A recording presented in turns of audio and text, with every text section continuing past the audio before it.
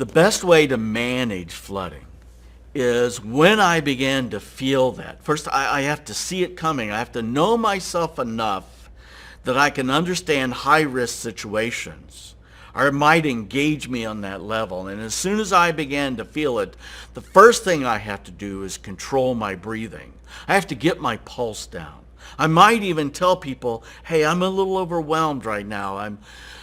I just need to have a minute here. And that happens to me all the time when I'm examining people, and especially if they're become hostile with me, or I'm engaged in a conflict I wasn't ready for.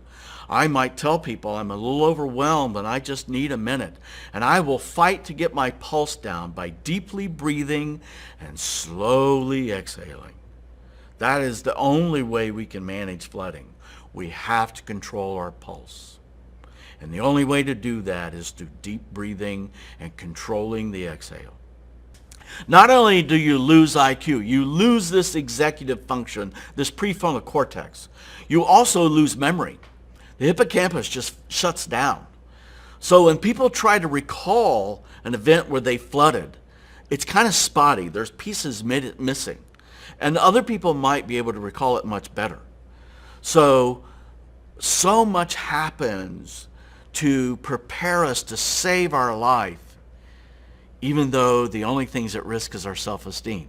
But see, this lower caveman part of my brain that God created for me really can't distinguish between a Bengal tiger and a conflict, because both are threatening.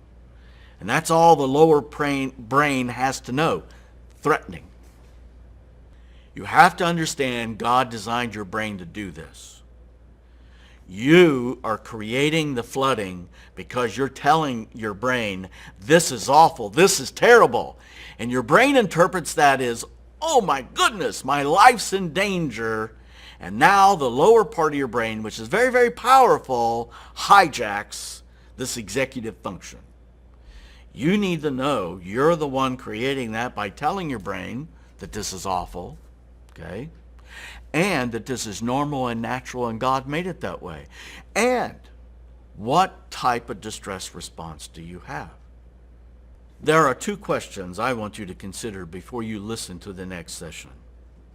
One, what are the ways that you've managed conflict? And has anybody ever been harmed by how you've managed conflict? Think about that. And then on our next session, we're going to talk about the most effective way to initiate a conflict.